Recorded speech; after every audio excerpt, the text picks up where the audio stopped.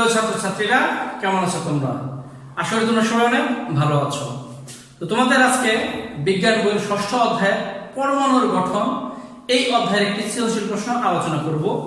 তো ইতিপূর্বে আমরা বিভিন্ন পাঠ সম্পর্কে জেনেছিলাম, বিভিন্ন সৃজনশীল প্রশ্ন সম্পর্কে জেনেছিলাম। তো তারই ধারাবাহিকতা আজকে আমি একটি উদ্দীপক উল্লেখ করছি। দেখো তো উদ্দীপকটি তোমরা ধরতে পারো কিনা, আমি কি বিষয় লিখছি। তো আমরা একটি চিত্র প্রথমে অঙ্কন করে নিচ্ছি। একটি চিত্র,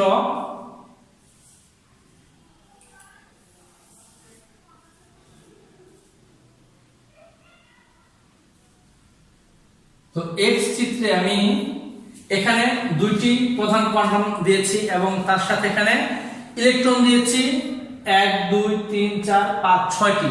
তাহলে এই এক্স মৌল আসলে কাকে প্রকাশ করছে? এই এক্স মৌলটি 6 ইলেকট্রন সংখ্যা বিশিষ্ট কার্বনকে প্রকাশ করে। তার মানে এই চিত্র থেকে আমরা এক্স যে কার্বন মৌল সেটি আমরা জেনে নিতে পারলাম বা বুঝে নিতে পারলাম।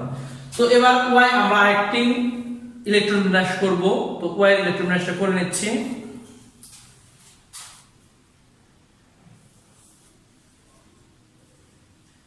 দুইটি ইলেকট্রন,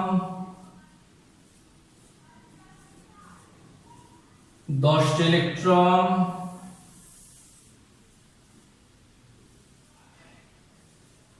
তো ওয়াই দিলাম।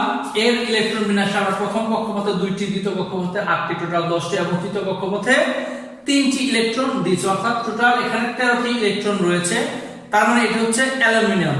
এক্স মৌলটি হচ্ছে কার্বন, ওয়াই মৌলটি হচ্ছে অ্যালুমিনিয়াম। তো আমরা আরেকটি ইলেকট্রন বিন্যাস করব। এটি একটু দেখো, বুঝতে পারো কিনা।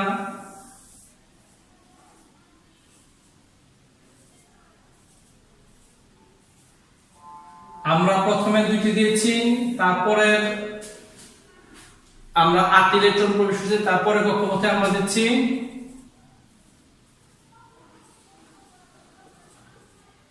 7টি ইলেকট্রন দিলাম জেড মৌলটিতে। তার মানে জেড মৌলটিতে রয়েছে 2 8 এর 10 1 2 3 4 5 6 7 7 এর 17, অর্থাৎ 17 ইলেকট্রন সংখ্যা বিশিষ্ট যে মৌলটি সেটি হচ্ছে ক্লোরিন। তার মানে কার্বন, অ্যালুমিনিয়াম এবং ক্লোরিন, এক্স ওয়াই এবং জেড 3টি মৌলের উদ্দীপক আমরা এটি বিশ্লেষণ করে নিলাম। এবার এখানে কি জাতীয় সৃজনশীল প্রশ্ন সেটি আমরা একটু দেখে নিচ্ছি। করণ যে প্রশ্নটি হচ্ছে সেটি কি জাতীয়? জ্ঞানমূলক সংখ্যাজাতীয় একটি প্রশ্ন। যৌগমূলক কাকে বলা হয়? যৌগমূলক কাকে বলা হয়? যৌগমূলক কাকে বলে, এটি হচ্ছে আমার একটি প্রশ্ন। তো আমরা একটু উদাহরণ দিচ্ছি। SO4-2 এটি হচ্ছে সালফেটের একটি যৌগমূলক। অর্থাৎ দেখো এখানে এক গুচ্ছ এখানে পরমাণু রয়েছে যারা একত্রিত হয়ে একটি পরমাণু নিয়ে আচরণ করে এবং রাসায়নিক বিক্রিয়া অংশগ্রহণ করে। এটি সরাসরি রাসায়নিক বিক্রিয়া অংশগ্রহণ করবে এই যৌগটি। এই জন্য যারা যৌগ হয়েও একটি পরমাণু নিয়ে আচরণ করে এবং রাসায়নিক বিক্রিয়া অংশগ্রহণ করতে পারে সরাসরি, তাদেরকেই বলা হচ্ছে যৌগমূলক। তো এই সংজ্ঞাটি যদি আমরা গুছিয়ে লিখতে পারি তাহলে আমরা পূর্ণ 1 নম্বর পেয়ে যাব। অর্থাৎ একাধিক মৌলের একাধিক পরমাণুর সমন্বয়ে গঠিত পরমাণু গুচ্ছ যা মৌলিক পদার্থের পরমাণুর মতো যৌগ গঠনে অংশ নেয় তাদেরকেই যৌগমূলক বলা হয়। এই সংজ্ঞাটি লিখতে আমরা 1 নম্বর পেয়ে যাব। তো খ নম্বর যে প্রশ্নটি রয়েছে, সোডিয়ামের ভর সংখ্যা 23 বলতে কি বোঝায়? তো ইতিপূর্বে আমরা এই সমস্ত প্রশ্নগুলি জেনেছি। সোডিয়াম এর ভর সংখ্যা 23 বলতে কি বোঝায়?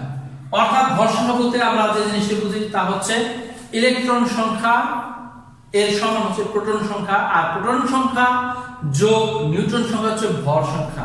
তার মানে আমরা ভর সংখ্যা 23 বলতে বুঝি যে সোডিয়ামের প্রোটন সংখ্যা এবং নিউট্রন সংখ্যার সমষ্টি হচ্ছে 23। আমরা প্রথম সূত্রটি লিখতে পারি, সূত্রের পাশাপাশি আমরা এই সংখ্যাটি যদি দিয়ে দিতে পারি তাহলে আমরা এখানে 2 নম্বর পেয়ে যাব। আর সূত্র ব্যতিরেকে যদি আমরা ব্যাখ্যাটা দিই তাহলে হয়তো আমাদের নাম্বার কেটে দেওয়া হতে পারে। যাই হোক, সূত্র উল্লেখপূর্বক আমরা লিখবো, যেহেতু ভর সংখ্যা ইকুয়াল টু হচ্ছে প্রোটন সংখ্যা যোগ নিউট্রন সংখ্যা, আর এই সোডিয়ামের ভর 23 বলতে বুঝছি আমরা সোডিয়ামের প্রোটন সংখ্যা এবং নিউট্রন সংখ্যার সমষ্টিতে, সেভাবে লিখলে আমরা 15 নম্বর পেয়ে যাব। তো গ নম্বরে যে আমাদের প্রশ্নটি রয়েছে সেটি দেখে নিচ্ছি কি, এক্স এর আইসোটোপ ব্যাখ্যা করো। x এর আইসোটোপ ব্যাখ্যা করো।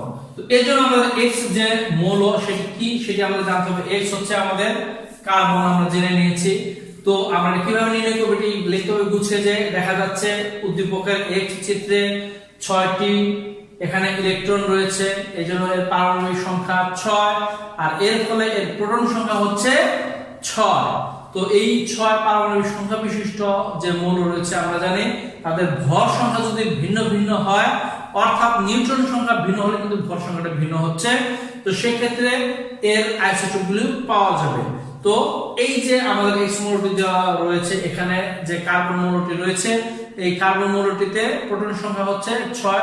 আবার কিছু কিছু কার্বন রয়েছে যাদের যে নিউট্রন সংখ্যা সেই নিউট্রন সংখ্যা 7 থাকে এবং 8 থাকে। তার মানে আমরা যদি এভাবে ব্যাখ্যা করতে চাই, তো কার্বনের ভর হচ্ছে 12 থেকে আমরা 6 বিয়োগ দিই 6, 6টি হচ্ছে নিউট্রন। আবার আমাদের রয়েছে 6টি প্রোটন যোগ 7টি নিউট্রন। প্রোটন এটা হচ্ছে নিউট্রন ইকুয়াল টু 13। এই 13 হচ্ছে ভর, এই 12 হচ্ছে ভর। তার মানে এই 13 যখন ভর পেলাম তখন সেটা আমরা কি বলবো, নিউট্রন সংখ্যা একটু বৃদ্ধি পেয়ে গিয়েছে। এই জন্য এই 13 সংখ্যার ভর বিশিষ্ট কার্বনটি হচ্ছে এই প্রথম 12 ভর বিশিষ্ট কার্বনটি আইসোটোপ। আবার আমরা বলেছি 8 থাকে নিউট্রন সংখ্যা, তার মানে প্রোটন সংখ্যা রয়েছে 6 একই, কিন্তু নিউট্রন সংখ্যা ভিন্ন হয়ে গেছে, হচ্ছে 14।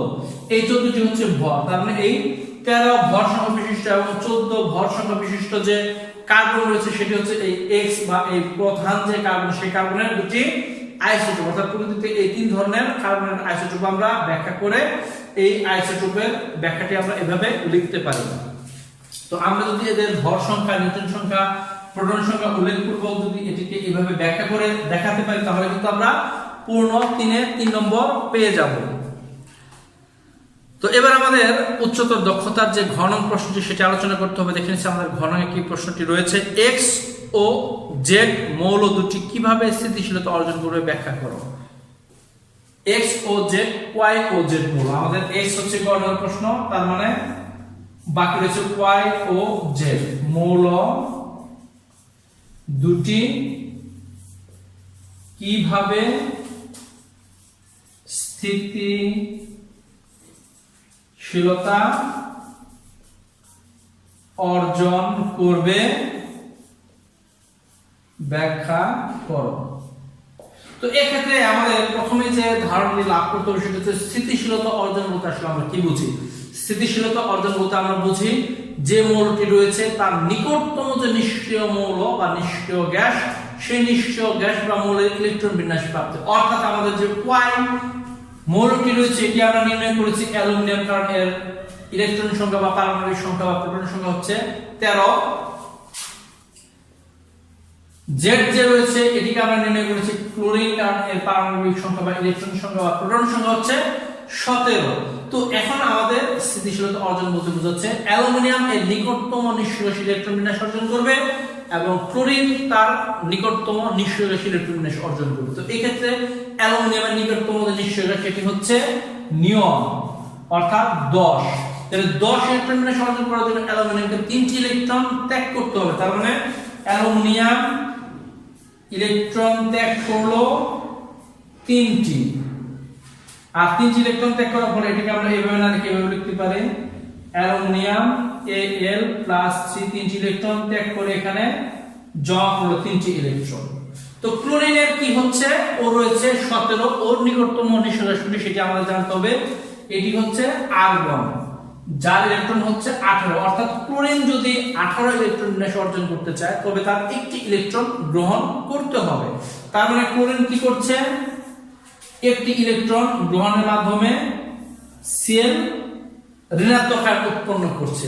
তো অ্যালুমিনিয়াম এখানে 3টি ইলেকট্রন দান করেছে, তো এই 3টি ইলেকট্রনকে গ্রহণ করার জন্যই 3টি পরমাণু বিশিষ্ট ক্লোরিনের প্রয়োজন। একটি ক্লোরিন একটি ইলেকট্রন গ্রহণ করবে, 2টি ক্লোরিন 2টি ইলেকট্রন গ্রহণ করবে, 3টি ইলেকট্রন গ্রহণ করার জন্য আমাদের 3টি ক্লোরিনের প্রয়োজন। তার মানে এটাকে সমাধানের জন্য আমরা এখানে 3 দিয়ে দেব আর এই 3 এখানে দিয়ে দেব, তাহলে 3টি ক্লোরিন পরমাণু হয়ে গেল। অর্থাৎ একটি অ্যালুমিনিয়াম 3টি ক্লোরিনের সাথে বিক্রিয়া করে অ্যালুমিনিয়াম ক্লোরাইডের লবণ উৎপন্ন করছে AlCl3 তিনটি ক্লোরিনের প্রয়োজন। এভাবে অ্যালুমিনিয়াম ইলেকট্রন দান করে নিষ্ক্রিয় গ্যাস নিয়নের ইলেকট্রন বিন্যাস অর্জন করে, আর এই দানকৃত ইলেকট্রনগুলি এই ক্লোরিনেরা গ্রহণ করে তার নিকটতম যে নিষ্ক্রিয় গ্যাস আর্গন তার ইলেকট্রন বিন্যাস অর্জন করার মাধ্যমে স্থিতিশীলতা অর্জন করে। আমরা যদি এই ব্যাখ্যাটি এভাবে রাসায়নিক বিক্রিয়ার মাধ্যমে অর্থাৎ ইলেকট্রন দান এবং গ্রহণের মাধ্যমে উপস্থাপন করে দেখতে পারি, তাহলে অবশ্যই আমরা বেশি নম্বর পেয়ে যাব। তো এই ছিল আমাদের আজকে যে সৃজনশীল প্রশ্নের আলোচনা, কিভাবে লিখলে বেশি নম্বর পাওয়া যায়, অ্যাসাইনমেন্টে আমরা কিভাবে লিখব উত্তরগুলি, সেই বিষয় সম্পর্কে আলোচনা ছিল। তো আশা করি তোমরা অনেক ভালো বুঝতে পেরেছ। তো এর পরবর্তী ক্লাসে আমরা এই অধ্যায়ের আর কোনো সৃজনশীল প্রশ্ন নিয়ে তোমাদের সঙ্গে উপস্থিত হব। তো ততক্ষণ পর্যন্ত তোমরা সবাই বাসায় থাকো, সুস্থ থাকো, অনেক বেশি বেশি পড়াশোনা করো, মা বাবার প্রতি যত্নশীল হও, দায়িত্বশীল হও, কর্তব্যশীল হও এবং মিথ্যা কথা বলা পরিহার করো। এই আশা ব্যক্ত রেখে আজকে শেষ করছি। ধন্যবাদ সবাইকে।